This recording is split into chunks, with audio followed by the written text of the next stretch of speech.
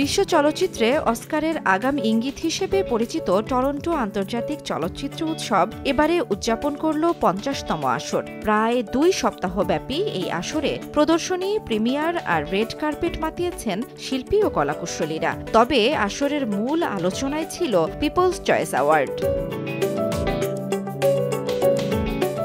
ইতিহাস গড়লেন চীনা বংশোদ্ভূত মার্কিনী নির্মাতা ক্লোই ঝাও। তার নতুন ছবি হ্যামনেট জিতে নিল এবারের দর্শক পুরস্কার। এর মাধ্যমে TIFF ইতিহাসে প্রথম নির্মাতা হিসেবে দ্বিতীয়বারের মতো এই সম্মান অর্জন করলেন। অস্কারের দৌড়েও তাই ঝাও এখন অন্যতম ফেভারিট।